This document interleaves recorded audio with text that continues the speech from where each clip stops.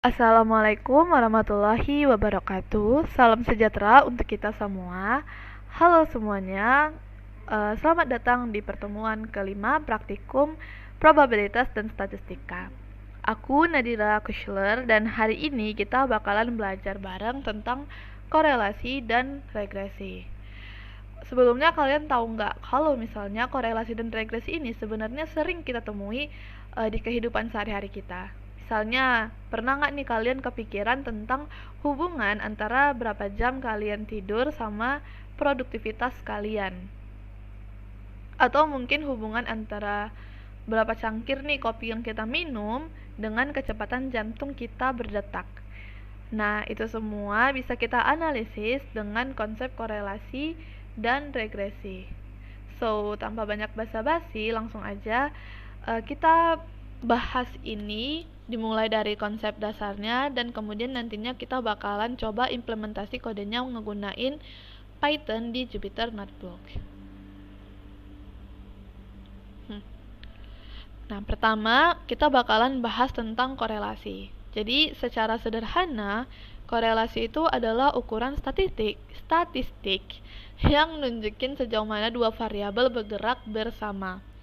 Nah, perlu dicatat nih kalau misalnya korelasi itu nggak hanya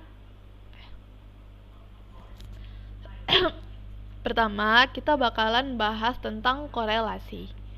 Nah, secara sederhana, korelasi itu adalah ukuran statistik yang menunjukin sejauh mana dua variabel bergerak bersama-sama. Perlu dicatat ya teman-teman bahwa korelasi itu hanya menggambarkan hubungan, tapi enggak menyiratkan bahwa satu variabel menyebabkan perubahan pada variabel lain. Nah, nilai korelasi itu berkisaran dari min 1 hingga plus 1. Yang mana kalau misalnya nilainya plus 1, ini berarti korelasi positif sempurna, di mana kedua variabel bergerak ke arah yang sama secara sempurna. Jika nilainya 0, ini menunjukkan tidak ada korelasi linear antara variabel. Dan jika nilainya min 1, ini berarti korelasi negatif sempurna, di mana variabel bergerak ke arah yang berlawanan secara sempurna. Nah, selanjutnya, hal yang sangat penting untuk dipahami adalah korelasi itu enggak sama dengan kausalitas. Bisa kalian lihat di sini tabelnya perbedaan antara korelasi dan kausalitas. Yang mana korelasi itu variabel A dan B bergerak bersama, sedangkan kausalitas variabel A menyebabkan B. Korelasi itu bisa jadi kebetulan, sedangkan kausalitas itu ada hubungan sebab akibat. Dan Mama, kuat kali.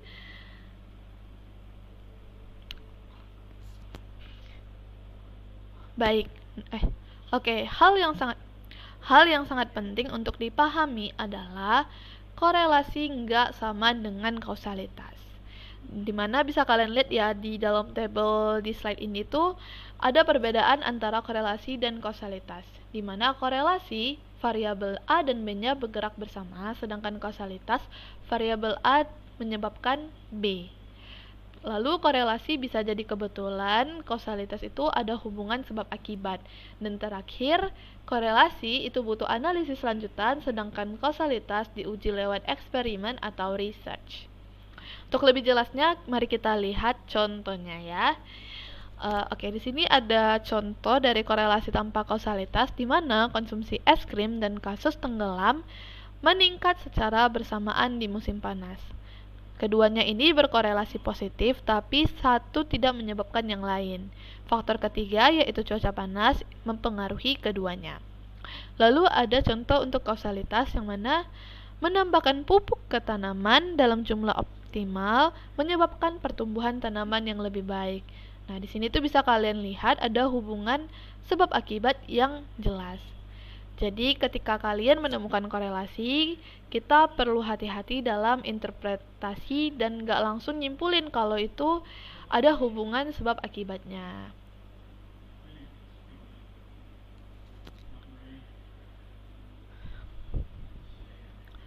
Selanjutnya kita bakalan bahas koefisien korelasi di mana pada pertemuan ini tuh kita bakalan bahas dua ya koefisien korelasi. Pertama itu ada korelasi Pearson. Yang mana ini tuh adalah salah satu cara mengukur korelasi yang paling umum digunakan. Dan biasanya itu dilambangkan dengan R. Nah, formula matematisnya itu bisa kalian lihat pada slide di rumus korelasi Pearson, yang mana Rxy adalah koefisien korelasi Pearson antara X dan Y. N adalah jumlah observasi, Xi adalah nilai X untuk observasi ke I, dan Y adalah nilai Y untuk observasi ke I. Jangan khawatir dengan rumusnya yang kelihatan rumit ya, karena nantinya kita bakalan ngegunain Python untuk ngehitungnya biar jadi lebih mudah.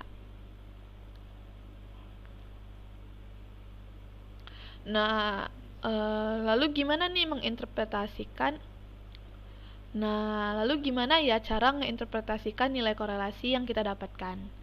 Nah, ini tuh adalah panduan umumnya ya teman-teman, dimana 0,00 sampai 0,20 itu keratan korelasinya tuh sangat lemah, 0,21 sampai 0,40 itu lemah, 0,41 sampai 0,70 itu sedang, 0,71 sampai 0,90 itu kuat, 0,91 sampai 0,99 sangat kuat, dan 1 itu korelasi sempurna.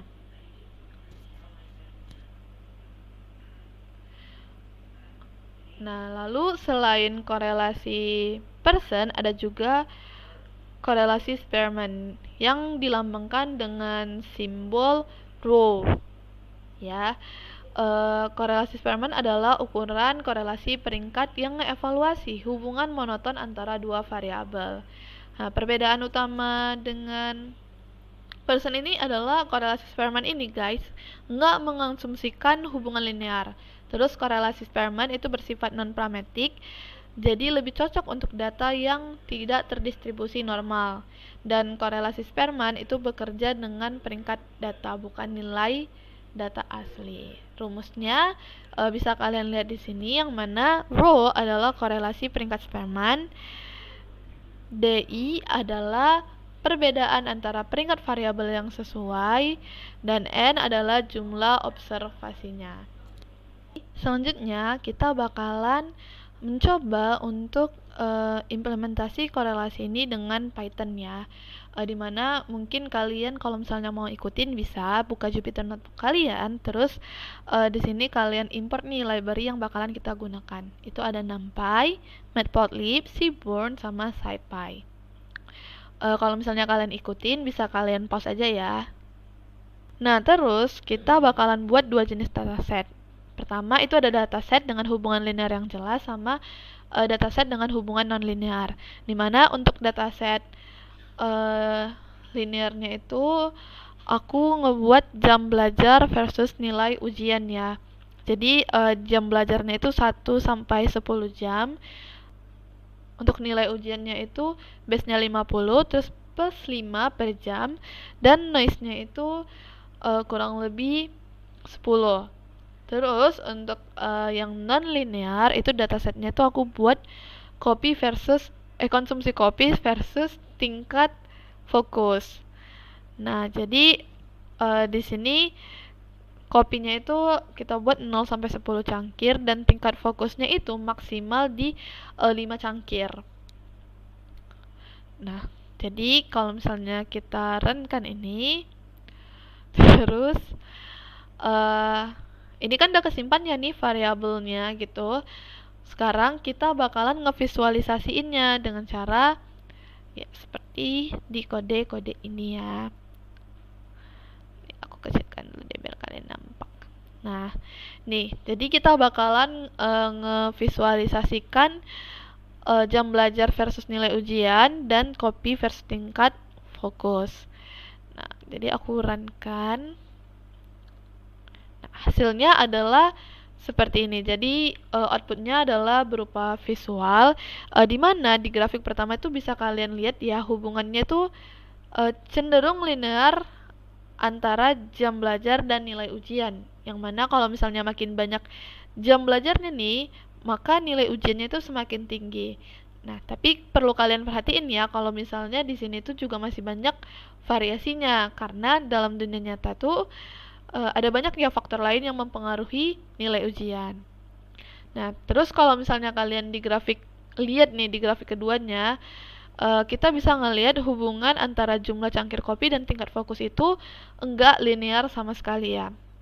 Yang mana awalnya kalau misalnya kita fokus, awalnya tuh kita fokus saat meningkatnya jumlah cangkir yang kita minum, tapi sampai dengan di sekitar 5 cangkir itu fokus kita malah nurun.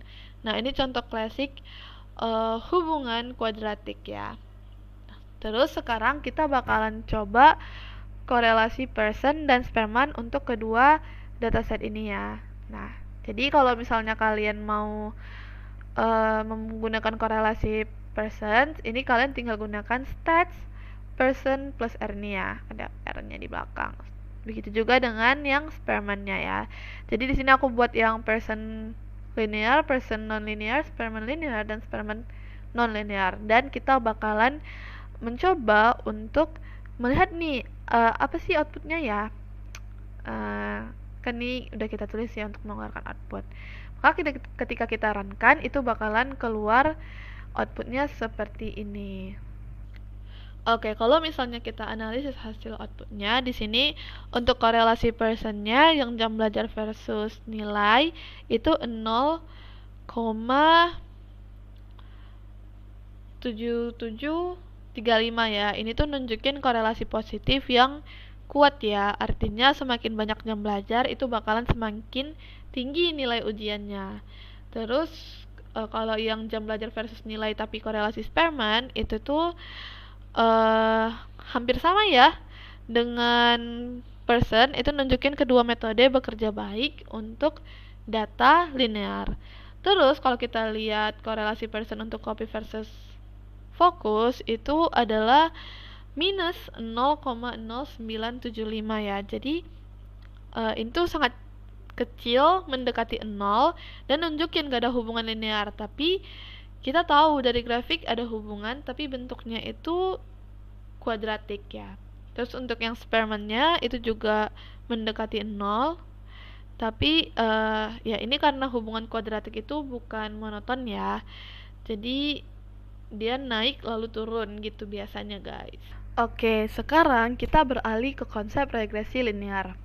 Berbeda nih ya dengan korelasi yang cuman ngukur kekuatan hubungan. Kalau regresi linear ini tuh dia memberikan persamaan matematis yang dapat digunakan untuk prediksi. Jadi regresi linear itu juga ada 3 jenis, dan yang kita bahas bakalan cuman 2 ya, yaitu regresi linear sederhana pertama. Ya, jadi regresi linear sederhana ini tuh memodelkan hubungan antara satu variabel independen atau prediktor dan satu variabel dependen atau respons menggunakan garis lurus. Nah, kalau misalnya mau kalian lihat nih persamaan umumnya seperti ini. Dan kalau misalnya selanjutnya tuh juga ada regresi linear berganda, yang mana regresi linear berganda ini tuh memperluas konsep regresi linear sederhana dengan mempertimbangkan lebih dari satu variabel yang independen. Dan untuk hitungannya ya seperti ini ya. Tapi jangan pusing, kita bakalan masukin ke rumus aja. Jadi kita bakalan langsung implementasikan regresi linear pertama ini ya di Python. Nah, di sini untuk implementasi regresi linear sederhananya, aku menggunakan contoh data biaya iklan dan penjualanan. Nah, tapi sebelumnya kalian jangan lupa untuk import library-nya, library tambahannya. Kalau misalnya kalian masih pakai file yang sama. Oke, jadi ini dia data biaya iklan dan penjualanan, yang mana ini tuh untuk biaya iklan ini tuh gimana ya?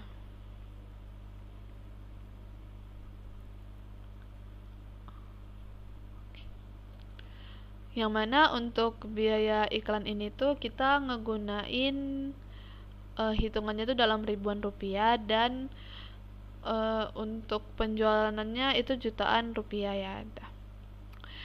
Terus juga perlu kalian perhatiin ya, kalau misalnya kita nge-reshape biaya iklan ini menjadi min 1,1 karena sklearn itu ngebutuhin format 2D untuk fitur X-nya. Selanjutnya kita ngebuat model regresi ya. Jadi ini dia model regresinya, dan ini tuh untuk ngedapatin koefisien. Kalau print ya pastinya untuk kita mengeluarkan outputnya ya. Jadi kalau misalnya kita run, maka tampilan outputnya adalah ini dia, persamaan regresi sama dengan penjualanan sama dengan 1,67 plus 0,0290 kali biaya iklan. Nah, nilai output ini tuh nilai output persamaan regresi ini tuh bisa kita interpretasikan dengan inset 1,67 ini tuh berarti biaya iklan 0. Ini berarti ketika biaya iklan 0, maka penjualan diperkirakan 1,67 juta. Nah, lalu slope-nya itu 0,0290 yang berarti setiap kenaikan Rp1.000 dalam biaya iklan,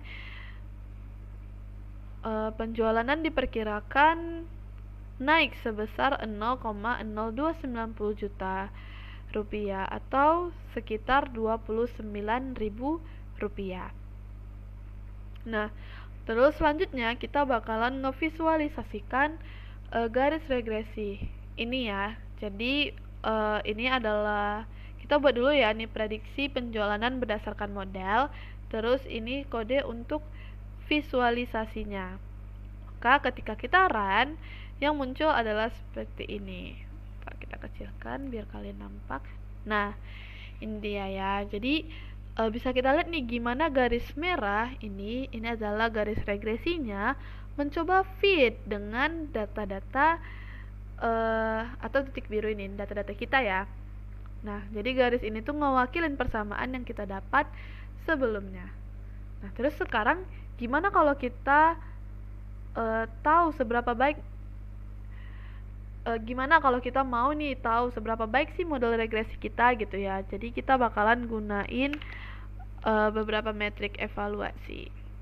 Ini dia ya kodenya. Jadi ini tuh kode untuk membuat metrik evaluasi. Jadi ketika kita run, maka hasil outputnya adalah seperti ini. Nah, ini kita bedah ya satu-satu. Jadi MSE ini sama dengan 0,4024. Nah, ini tuh adalah rata-rata kuadrat error antara nilai aktual dan prediksi. Jadi makin kecil bakalan makin baik. Terus ada root mean square error atau RMSE. Ini tuh hasilnya 0,6344, yang mana ini tuh adalah akar kuadrat dari MSE ya. Lebih mudah diinterpretasikan karena dia tuh memiliki unit yang sama dengan variabel independen. Nah, dalam konteks kita error rata-rata prediksi kita itu sekitar 0,63 juta rupiah ya. Terus ada MAE atau mean absolute error, yang mana ini adalah rata-rata nilai absolute error. Jadi dalam kasus kita prediksi rata-rata meleset itu sekitar 0,52 juta rupiah.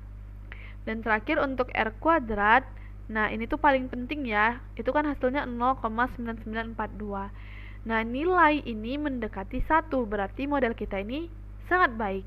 Jadi 0,9942 ini tuh artinya 99,42% variasi dalam penjualan dapat dijelaskan oleh variasi dalam biaya iklan. Jadi model kita ini cukup bagus ya dengan R kuadrat 0,9942. Tapi ingat ya, tapi ini nggak berarti biaya iklan itu adalah satu-satunya faktor yang mempengaruhi penjualan. Gitu.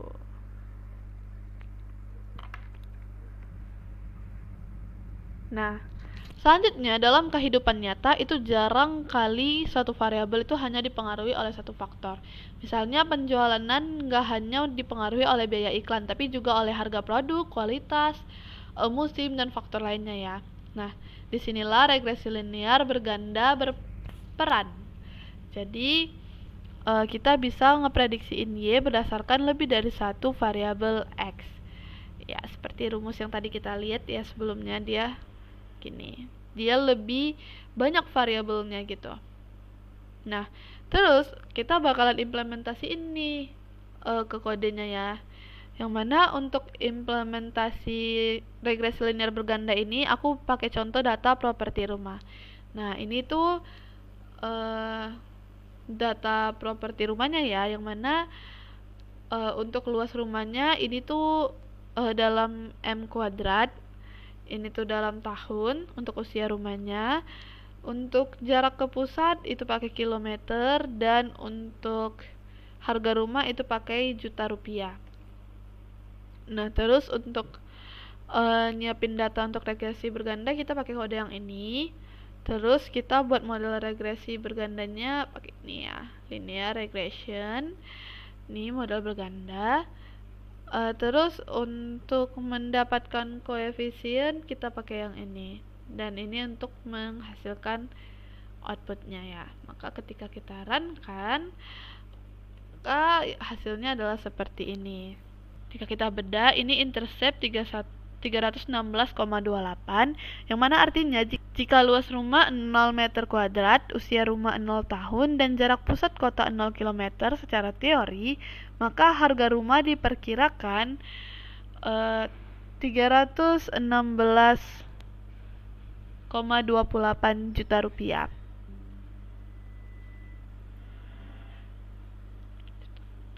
Nah, lalu untuk koefisien luas rumahnya yaitu 1,17. Setiap pertambahan 1 meter kuadrat luas rumah dengan usia dan jarak tetap, maka harga diperkirakan naik 1,17 juta rupiah. Terus untuk koefisien usia rumah itu adalah minus 0,15. Nilai negatif ini tuh masuk akal ya. Jadi setiap pertambahan 1 tahun usia rumah dengan luas dan jarak tetap itu harga diperkirakan turun sekitar 0,15 juta rupiah.